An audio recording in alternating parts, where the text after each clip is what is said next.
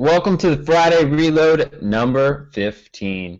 It's your host, Sweeney, and today some of the top headlines are 11 lead generation tactics you never thought of, death of the Facebook like gate, and 10 hidden gems for finding new customers. Now, if this is your first Friday Reload, we welcome you, and I hope you enjoy it.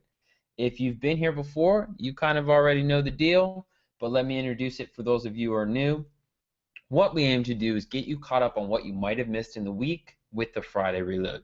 So it's short, it's sweet, and just the meat. We cut through the fluff, and we summarize the best posts, news, and videos of the week. If it's a long article, I cut it out. I'll cut a 2,000-word article into just the information that we really need and we really want to know, so you don't have to waste your time. Now, once again, if this is not your first Friday Reload, welcome back. I'm happy to have you on again and listening again. Feel free to tweet me or leave a comment on the blog.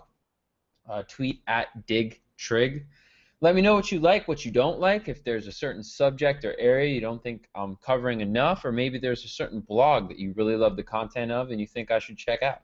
So with that being said, let's jump into our first story, which is Triggercast number 9, the high-ticket sales funnel demystified and rise of a highly paid consultant. Now this is with Adam Spiel, and we created a free cheat sheet for you guys on how to become a high-level consultant and the strategy call to close the sale based on what we learned from Adam. So if you check out that post, you'll be able to get that cheat sheet. But what that podcast and what that post was about was Adam Spiel. His story is pretty unique because he seems like one of those overnight success stories. Now, we know better. We definitely know better. There's no such thing as an overnight success story. It's very, very rare. There's usually some sort of roots to the story. Now, he's extremely well known for his skill with Facebook advertising, but I find it more interesting how he rose from unknown to the top paid consultant in his industry. Now, part of doing this, he has mastered the high ticket funnel, and we got him to reveal his landing page, how it's working, and how he's using strategy calls to close in the conversion process. We also talk about his entire funnel, the consultations he does, the coaching calls, how he sets up his mastermind, and he talks about the 3 different high ticket funnels that he sees working very well right now. Next up, we have paid local pack results. So if you've been following along on the blog, you might have heard about the evil pigeon, which is what I dubbed the most recent Google update, because it really shook and stirred things up. Now, we've seen great results with some of our SEO efforts getting in the local pack. We've been seeing great calls, really. Recently, spotted by Moz, and this is on the Local SEO Guide blog, they saw a new SERP feature, and that appeared to be paid local pack results. So it's still very fresh, probably a test by Google. It'll be interesting to see if it comes along. Google is definitely making a push to monetize, and I want to say that 2015, if 2014 isn't already, 2015 might be the year of paid. Whether you're Google Local, your Yelp, Facebook, it's no longer a free man's game. You got to pay to play, and we're going to see more and more businesses spending money, which will be interesting. I think it'll weed out a lot more businesses, and the cream will rise to the top even more. Best of all, I think there'll be a lot more opportunity. For you to sell services and manage these services. Look at this, paid local pack results. What now if you got to pay to show up in the local pack? Well, there you go. Another place where you have to pay. And we'll talk about this a little bit more later. Next up, we have 10 hidden gems for finding new B2B customers. So Search Engine Land posts a pretty good post here on 10 different tactics to boost your customer acquisition efforts outside of the typical. So, pay-per-click ads, writing blog content, that kind of normal thing. Now, these are more advanced tactics. They take a little bit more work, but they can produce fantastic results. Plus, by engaging in these different tactics, you're going to result in links that are going to raise your profile in the search. Now, I've included my kind of 7 favorite for the reload. Some of these you probably heard before. Some of these you probably have not. And I do want to make a quick note about any of these tactics and kind of tactics for finding customers in general. Don't forget, in this social world, it's so often that we're just talking, talking, talking, talking, talking. We're not engaging. In the same way that you're supposed to listen in a conversation and not just talk for 100% of the conversation, the internet is no different. Engage in conversations, engage in blog comments, engage in tweets, engage on Facebook, engage with people, and that's where the real money lies. That's where the opportunity lies. I mean, I can see from the things that we've done on Twitter that we've amassed about 1,000 followers, but we'll get better link clicks just by engaging with different brands and different blog and content producers. We'll have more on that soon on our Twitter tactics we've been doing.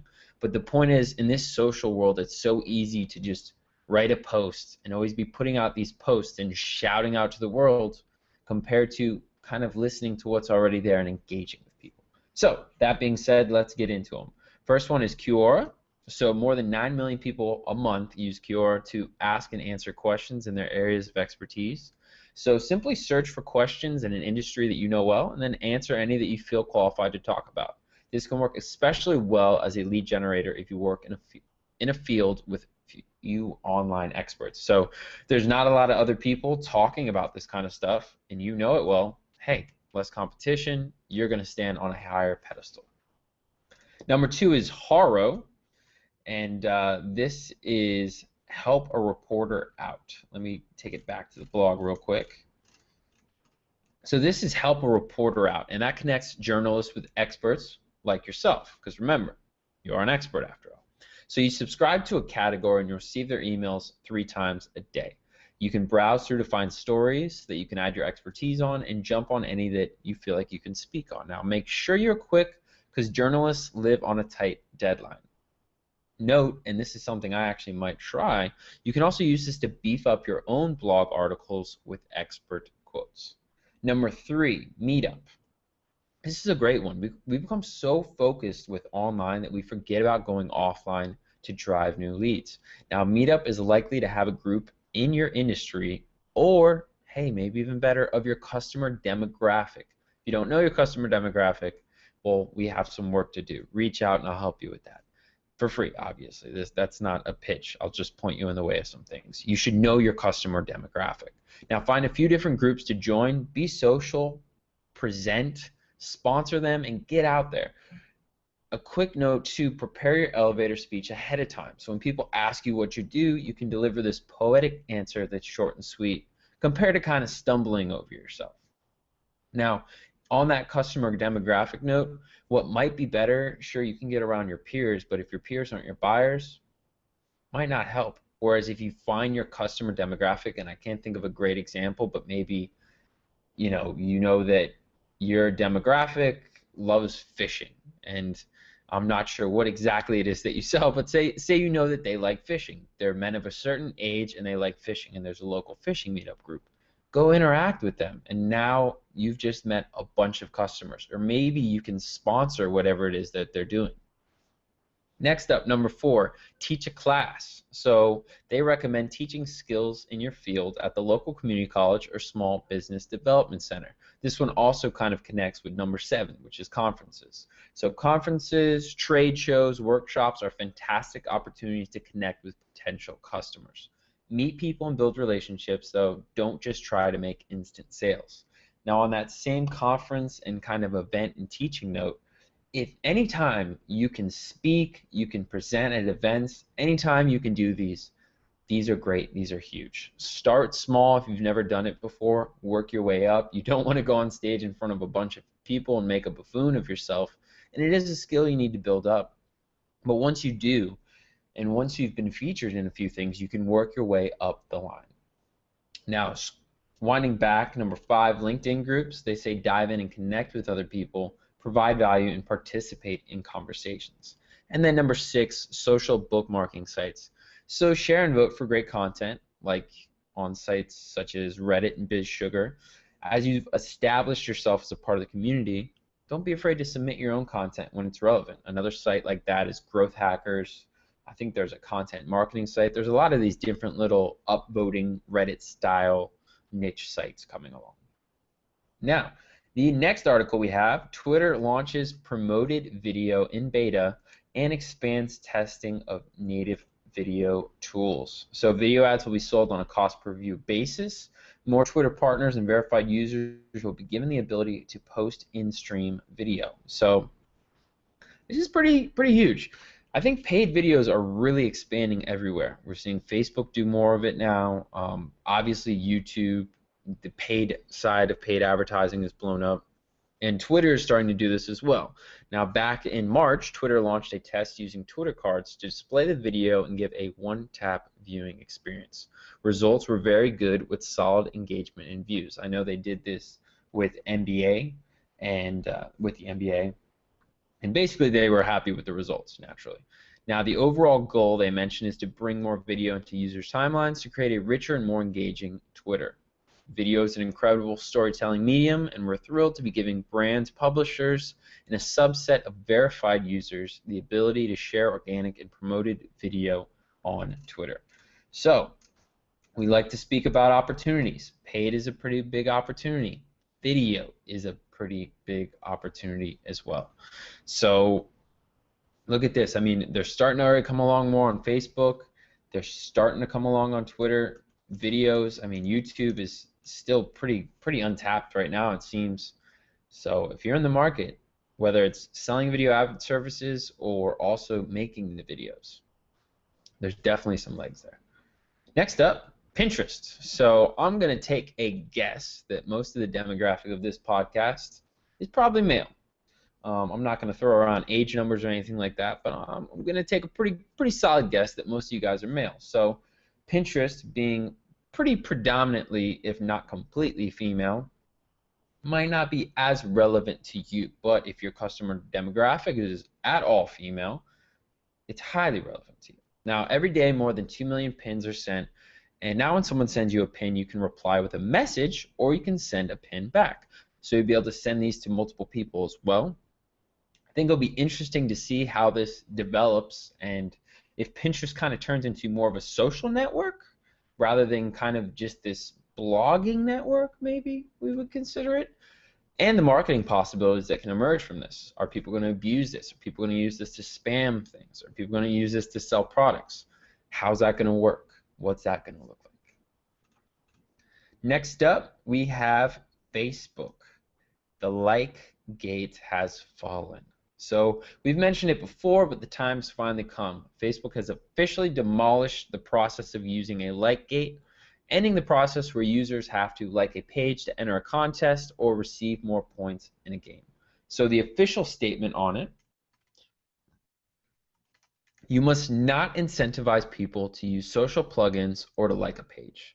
This includes offering rewards or gating apps or app content based on whether or not a person has liked a page. It remains acceptable to incentivize people to log into your app, check in at a place, or enter a promotion on your app's page. To ensure quality connections and help businesses reach the people who matter to them, we want people to like pages because they want to connect and hear from their business, not because of artificial incentives. We believe this update will benefit people and advertisers alike. So, what are my thoughts on this? What are your thoughts on this? Reach out to me at DigTrig. Let me know what you think. Here's what I think. I really don't think it's much to worry about. Facebook reach has been dropping off anyway. Organic reach in the days of, getting penny likes and then building a huge fan page and promoting whatever it was that you wanted to promote to them, it's kind of gone. I think you're better off nowadays focusing your efforts on email opt-ins and getting the likes that come organically with it. So I mean, maybe to website visitors you can it depends on your budget too. But website visitors you can advertise to like your page. Obviously custom audiences of anyone who's opted into your email list or anyone that has been a customer of yours you want to like your page. So stay more focused on that and kind of keep it tight. And part of the reason why you want to do this is because if you have a tight Facebook page of people that are only actually interested in your company, That's how you get the best analytics and research. Facebook is an amazing tool for that, and you can get a lot of knowledge about other pages and interests, demographics, I mean, everything. The Audience Insights tool is incredible. So by having a more authentic page, you're going to get better information from something like that. Plus, likes aren't worth as much anyway. So if you're running a contest, go for the email opt-ins, bud. Go for the email opt-ins. Now, next up, we have what I like to call Facebook taketh, Facebook giveth, Instagram integration. So this is pretty cool. So a lot of people might be wondering, hey, Facebook bought Instagram for $1 billion. What are they really going to do? How are they going to monetize it? So whenever, too, it seems interesting almost that, I don't know if it's their PR team or if they do this intentionally or not, but it seems like every time they drop the hammer on something, you know, the whole custom audiences fiasco, and then Audience Insights came out, website custom audiences, retargeting, day parting, they pull the curtain on some new cool feature. So what Facebook is currently doing is they're conducting a test with Mercedes-Benz that allows them to target Facebook users who previously saw one of their Instagram ads. So Mercedes-Benz has an Instagram ad, someone saw it on Instagram, and now they can target that user on Facebook. Now, Instagram works very well for top of the funnel, brand awareness, for example, in the conversion funnel. And Facebook allows for the more direct response ads. It's going to be hard to monetize Instagram without some sort of better ad strategy, and this might be the way. Tapping into it as a better, greater data source. Next up, study. Before people shop at a small business, they check Facebook. So we're just going to quote the article by Inside Facebook for this one. So according to a new study by Geo Digital, when people want to find out more about a local small business, they check Facebook more than any other social channel. Now, my question is, do they Google more? Do they check Facebook more? Do they ask their friends more? I mean, more than any other social channel, what other actions are they taking? What's kind of being left out of this data? But we continue. They found that when asked which social channel users go to in order to find out about a local business, Facebook led the way at 62%. Pinterest, interestingly enough, was second at 12%, and Twitter third at 11%. This does kind of confuse me to hear Pinterest at 12%, but I don't use Pinterest much, so I am kind of in the dark here. Now, Jeff Fagel, Geo Digital's CMO, talked about how the rise of mobile as well as small businesses acquainting themselves with Facebook marketing has played a key part in discovery. In today's world, Facebook is essential to daily communication. More than 50% of users are engaging with Facebook more than 6 days a week. If you're looking at it as a small business, there's a sense of fear and nervousness when it comes to a small business owner deciding to spend $500 or $1,000 on marketing. The fear isn't about the marketing strategy, but about tossing money down the drain. Offers really provide a proof of success, that if you're spending $500 or $1,000, there's actually a return on it. There's less room for error with small business. So, let me scroll down to the stats here. So, how often are people checking Facebook before visiting a small business? Very often. Among the 1,000 U.S. residents polled, 30% copped to checking a Facebook's business page several times a day before stepping foot in the business. And they have a little pie chart here. Often do you use your desktop, laptop, smartphone, or tablet to research shopping before visiting a small local business? And the highest is several times a day. So I gotta say, I'm kind of surprised that the entire article has no mention of Yelp. I mean, Yelp seems to be the go-to for reviews. I mean, if they're focusing on retailers, maybe it's because they're not focused kind of on restaurants and hospitality, and instead they're focused more on just, hey, retailers, I guess.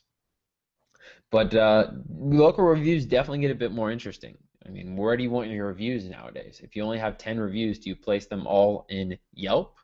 Do you spread them among Facebook, Google reviews, and Yelp? I mean, it's definitely become a piece of the puzzle that you have to figure out.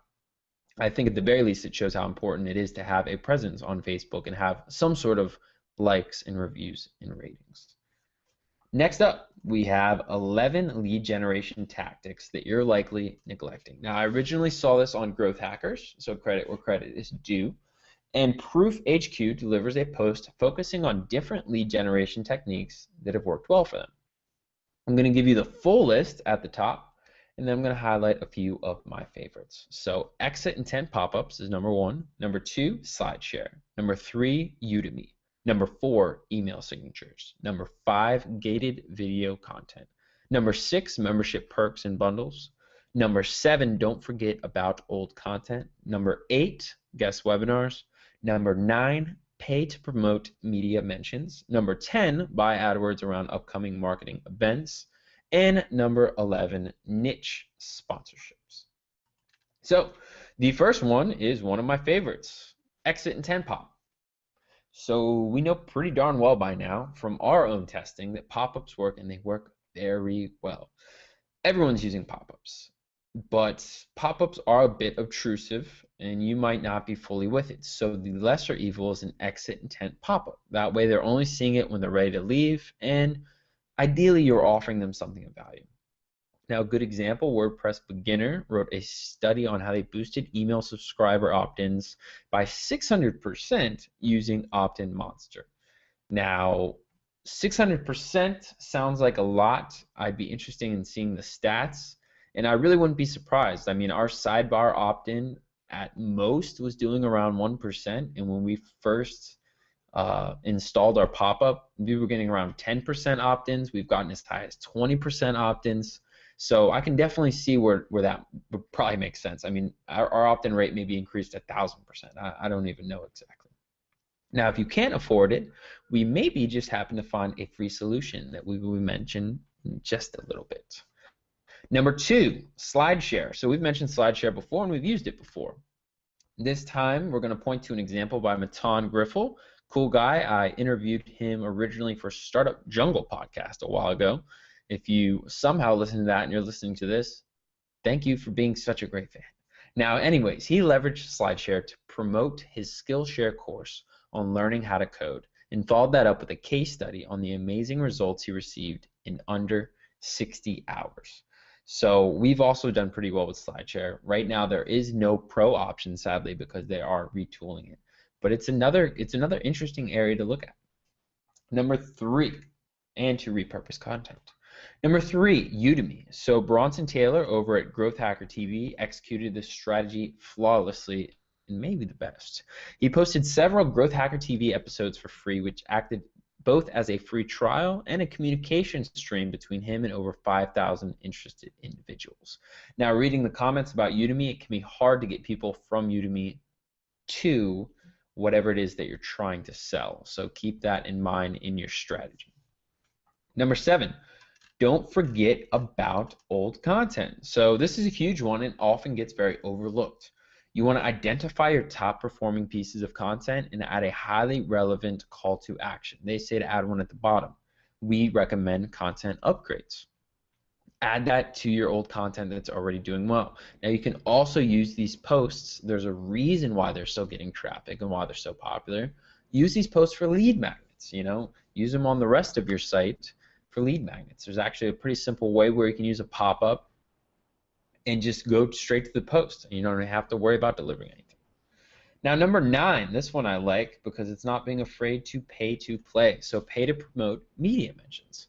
So this is a tactic that the author heard of Yesware using through Alex's Tech Thoughts, and he thought it was genius. So essentially, Yesware saw they were mentioned in a press outlet.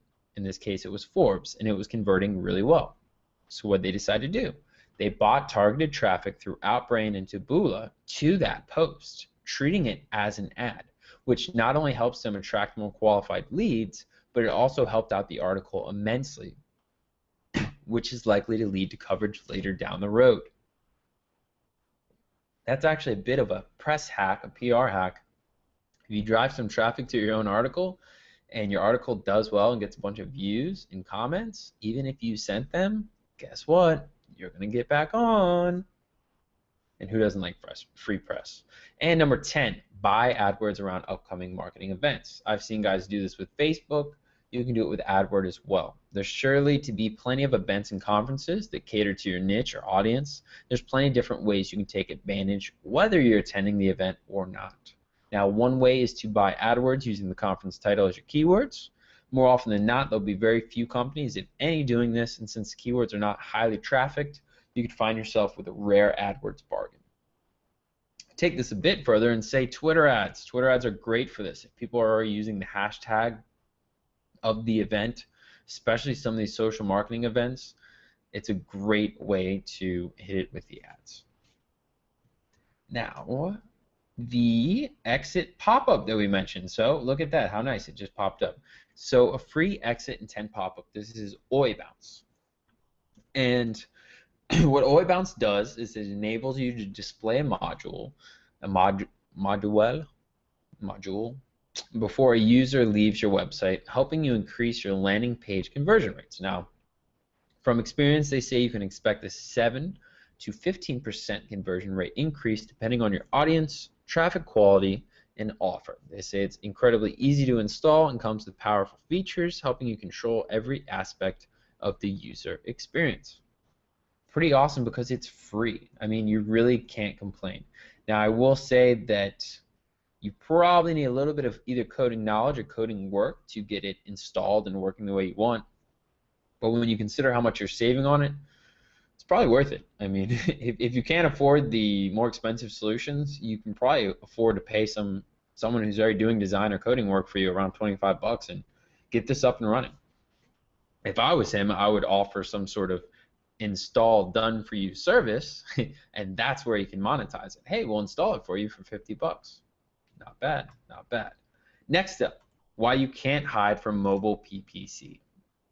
So this comes to us from Search Engine Land, and I like how they start this off. Mobile is coming. This Game Thrones-esque quote has been thrown around a lot the past year. I know I've talked about it, and only recently kind of woken up to it. Now, the author mentions the transition of some of their longest standing accounts. So he's really kind of focused on mobile pay-per-click. So 2 years ago, mobile made up a tiny fraction of their overall spend in traffic. Now, those same accounts have seeded as much as 50% of their desktop traffic to mobile, getting a majority of their clicks from mobile and tablet devices. The point is this: if you don't have a mobile strategy in place, you're late to the party. To get caught up, they've compiled a list of the most common objections and things you can do. The reality is right now, a lot of traffic is on mobile. So when you want more traffic, you want to scale your efforts, you're probably going to have to dip into mobile at some point. A good friend of mine that is selling a lot via Facebook ads said a lot of the ads he's doing right now are mobile related. He realizes that that's where most of the traffic is. That's where a lot of people are seeing the ads, and he makes sure that his ads are optimized for mobile. So these are these kind of objections that the author has noticed. Number one, don't use mobile advertising. He says if you want your account to grow, you need to reconsider your stance on mobile advertising. As an exercise, take your top 20 converting keywords and plug them into Google's Keyword Planner. It has been recently updated to include mobile search volume data and can be very helpful in understanding the scope of your mobile audience. He ran a similar analysis for one of his few non-mobile accounts and was surprised at the results. For their top 20 keywords alone, and let me pull up this picture larger for you guys watching, over 20% of the overall search volume comes from mobile devices, traffic that they're missing out on. Now keep in mind that many of these are brand and core terms, which mean the lowest hanging possible fruit of pay-per-click. That's around a 25% boost in traffic volume with very little work involved, save for an edit to their campaign settings. Number two, you might be thinking with mobile, traffic won't convert. This one's a bit harder to put our finger on because it's very hard to track properly, and attribution modeling still has a pretty long way to go. That being said, a 2013 U.S. mobile path to purchase study reported that 46% of survey respondents said they relied exclusively on mobile devices in their pre-purchase product research. So by choosing not to advertise to these users, you're neglecting the top of your sales funnel. If you are dead set on measuring direct conversions only, then measure phone call conversions through the use of call tracking. If you've never used call tracking, we have a post on call tracking coming out soon. Feel free to reach out. I can tell you more about it, or check out analyticcalltracking.com. Number 3, your site might just suck for mobile. So, I mean, that's a legitimate concern. If you have a poor mobile experience, the last thing you want to do is be paying to send people there. So, first you want to make sure your site is set up with a good mobile experience before you pay for any kind of mobile advertising. Now, a responsive site or a mobile site is definitely ideal here. You also want to check out Google's page speed insights. Now, this tool is going to help provide you with some mobile and desktop recommendations to improve both site speed and usability. Number 4, performance is lackluster. So that's maybe why you don't want to use mobile PPC. And basically what he's saying is the more site links equals more attention. So make sure that you optimize your mobile site links to have 12 to 15 characters so they show up properly on mobile devices. And you have as many as possible so your ads stand out. With mobile display campaigns, beware of app traffic.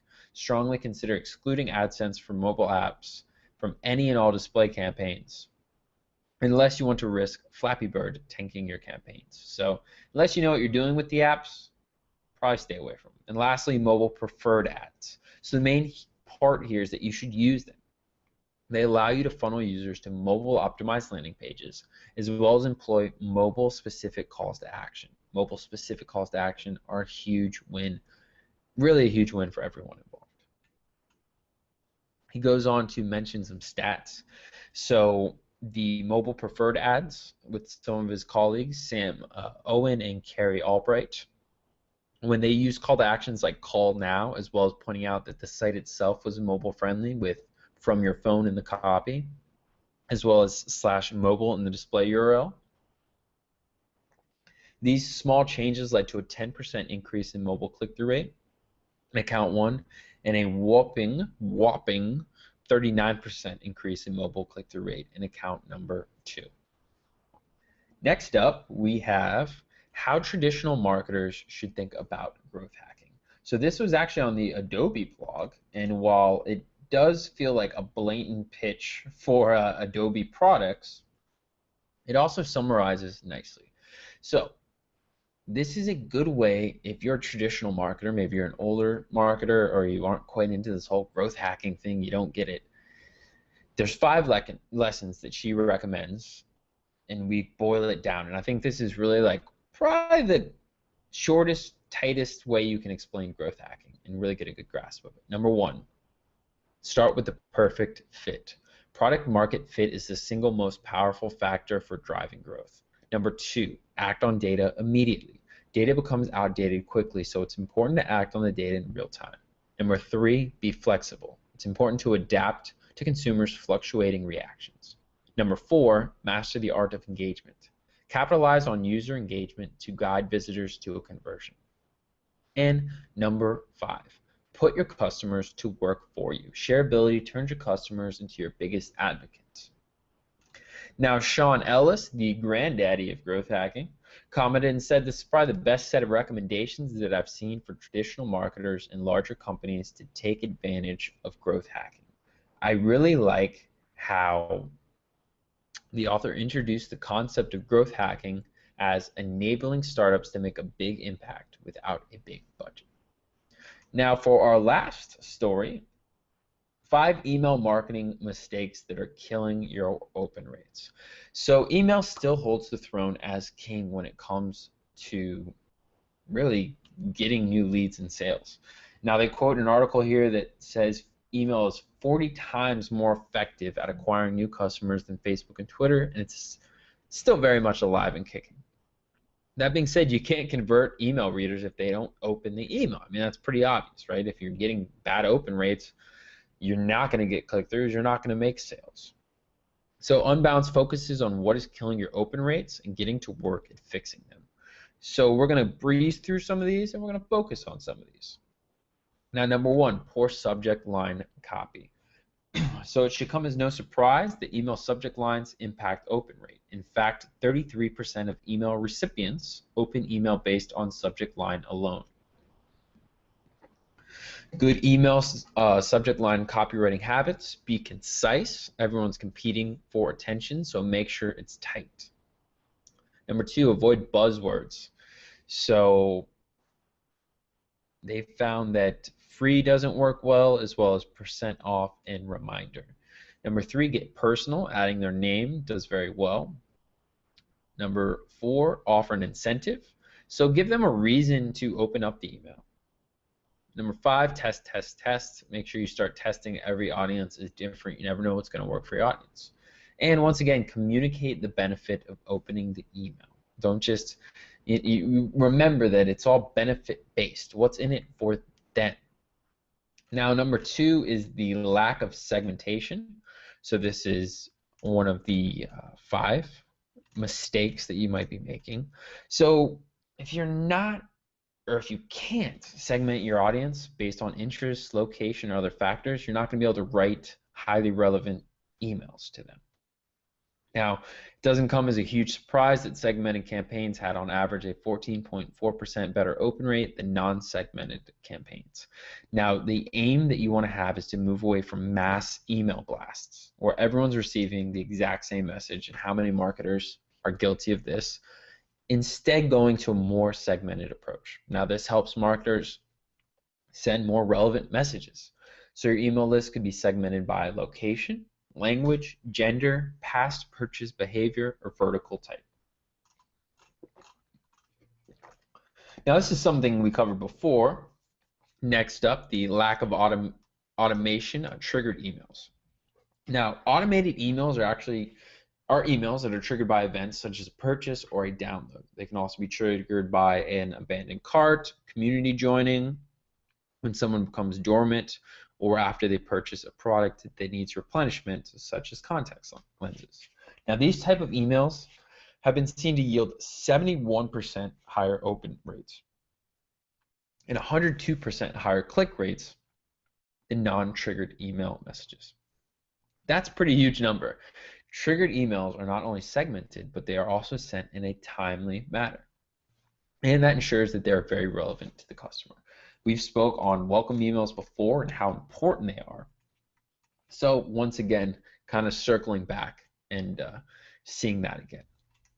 Now, number 4 and number 5 are fairly similar. Lazy list management and poor deliverability and engagement.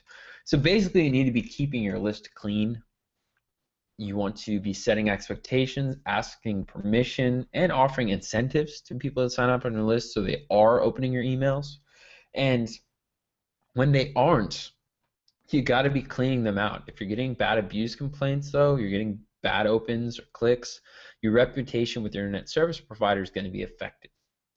And this can also affect whether your emails are delivered to a subscriber's inbox. So if you have someone on your list that hasn't opened an email in 10 emails, you need to reactivate them. If they aren't reactivated, you need to just take them off your list. So with that being said, let me scroll down to the bottom here. And thank you guys for joining us for another Friday Reload, the 15th Friday Reload. I really hope you enjoyed it, and I appreciate being a part of your Friday. Also, we have something huge that we're very excited, and I'm personally very excited to announce soon. But right now, I can't talk about it. So enjoy your Friday, enjoy your weekend, and I will see you again on Tuesday.